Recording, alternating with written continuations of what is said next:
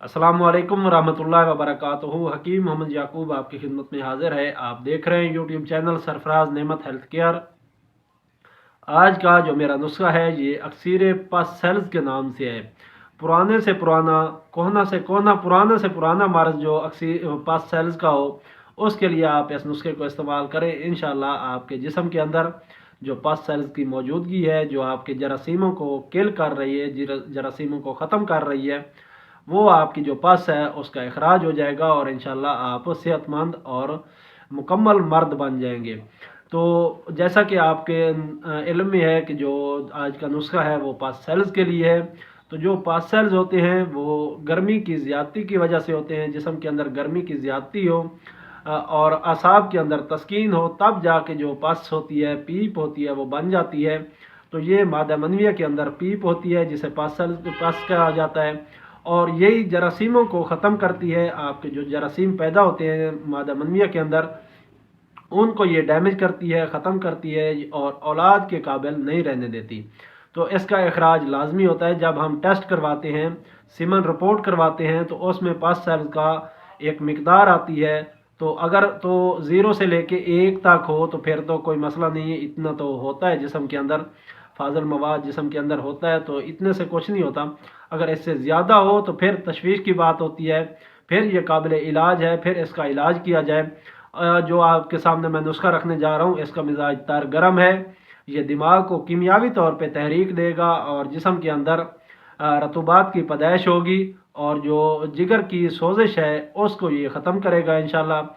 और जिस्म के अंदर जो मादा मनविया के अंदर पस है या जिस्म के कहीं भी हिस्से के अंदर अगर कोई ऐसा ज़ख़म है जिसमें पीप पड़ी हुई है और वो ठीक होने का नाम नहीं ले रहा, तो इस नुस्खे से भी आप उस ज़ख़म को भी ठीक कर सकते हैं। ये खाने का नुस्खा है और इसको आप बना के इस्तेमाल कर सकते हैं। अक्सर जो लोग सफरा की ज़्यादती का शिकार होते हैं, जिगर में सोजिश, जिगर में तेज़ी का शिकार होते हैं, तो उनके जो पेशाब होता है उसमें जलन होती है, पेशाब में जलन होती है, दर्द होता है।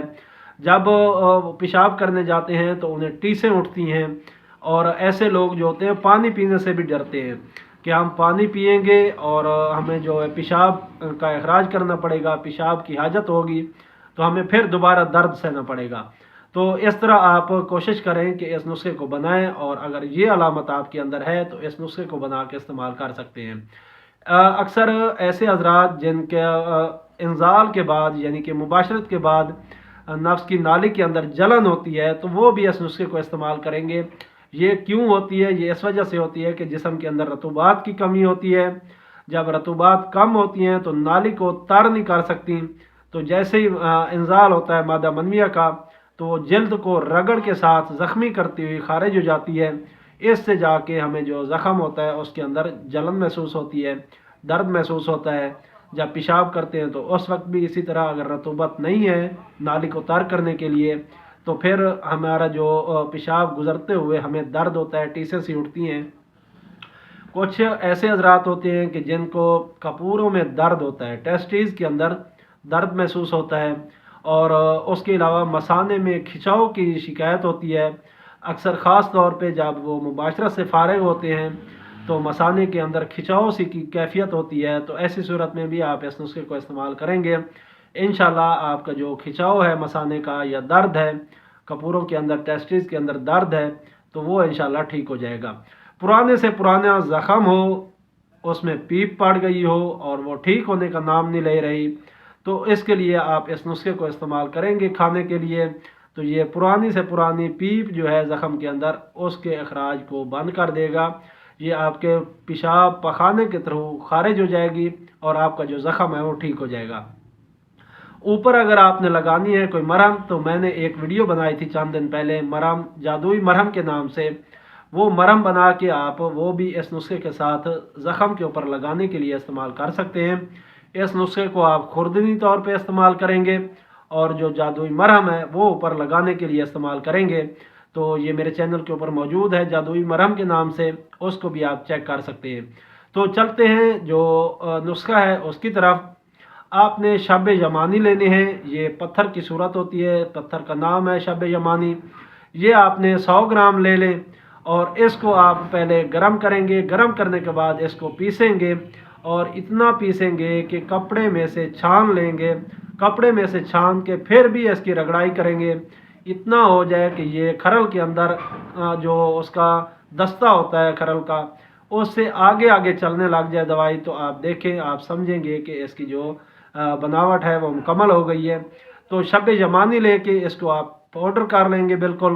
اس کے بعد پوست ریٹھا لے لیں گے، اس کو توڑ لیں گے، اس کے اندر جو ایک گٹھلی نکلتی ہے اس کو الگ کر دیں گے، اس کا جو پوست ہوتا ہے اس کو آپ 100 گرام لیں گے، 100 گرام پوست ریٹھا لیں گے۔